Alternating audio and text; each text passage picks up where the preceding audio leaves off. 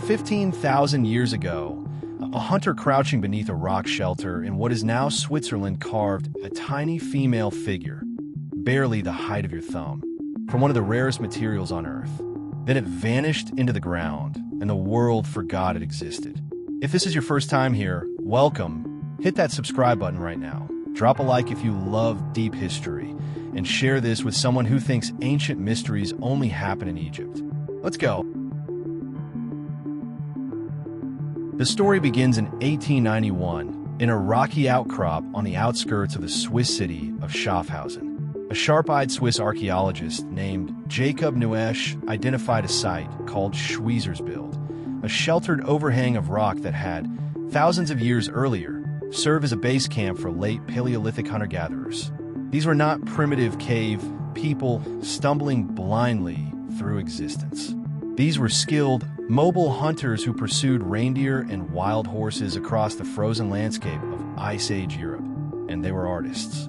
Neuesch excavated the site between 1891 and 1893, pulling hundreds of artifacts from the earth: bone tools, carved antler spear points, engraved limestone plaques bearing images of horses and deer.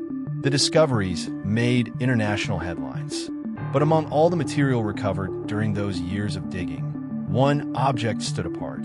And strangely, it wasn't even found during the official excavations. The female figurine, just 2.8 centimeters tall, roughly the size of a large coin, was discovered by accident. According to historical records, it turned up as a chance find in the spoil material from the excavations, the dirt and debris that had already been sifted and set aside. This accidental discovery is itself part of what makes the object so striking. It nearly didn't survive at all. What was found was a small female statuette carved from jet, a form of fossilized wood, sometimes called agate or black lignite.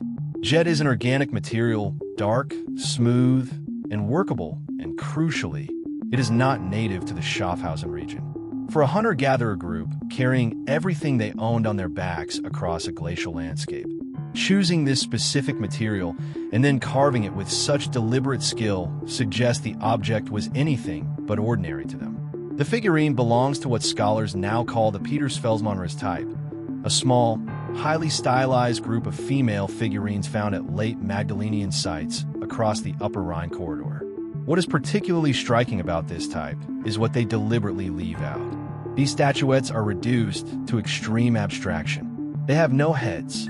Instead, where the head would be, there is a perforation, a small hole.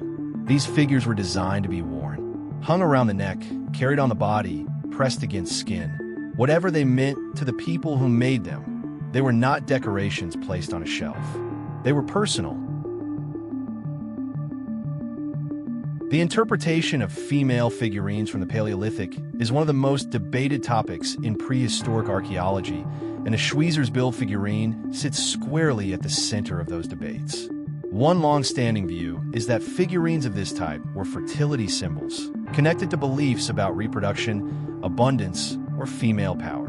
But archaeologists have challenged this reading over the decades, pointing out that the evidence for it is largely assumed rather than demonstrated. A second line of thinking focuses on identity and mobility.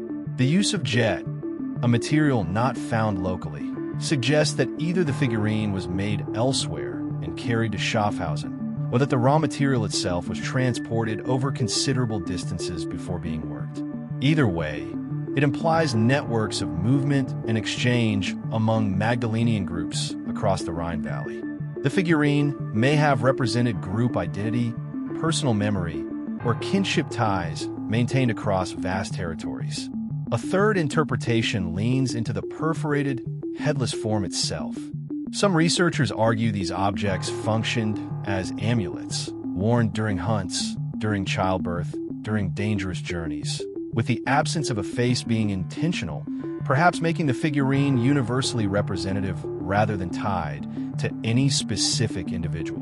What scientists broadly agree on is this: these figurines required skill, intention, and rare materials to produce. They were not casual carvings. They encode a system of meaning that mattered deeply to the people who made them, meaning that, After 15,000 years, we are still trying to fully read. For decades after its discovery, the Schweizersbild figurine was held at the Museum of Cultures in Basel, far from the landscape that produced it. It traveled internationally, displayed at major exhibitions including the prestigious Arts et Prehistoire show at the Musée de l'Homme in Paris, lending its quiet, ancient weight to broader stories of early human creativity. And then, in 2025, something unusual happened. The canton of Schaffhausen formally requested the figurine back, and Basel said yes. This may sound like a small administrative decision between two Swiss cantons, but it reflects a profound shift happening across European archaeology right now. Museums and governments are increasingly asking a question that was rarely asked a century ago. Where do artifacts belong? Not just legally, but historically, culturally, and ethically. The figurine's meaning is inseparable from the rock shelter it came from the frozen Rhine Valley it was carried across, from the community of hunters who wore it close to their bodies and then left it in the earth.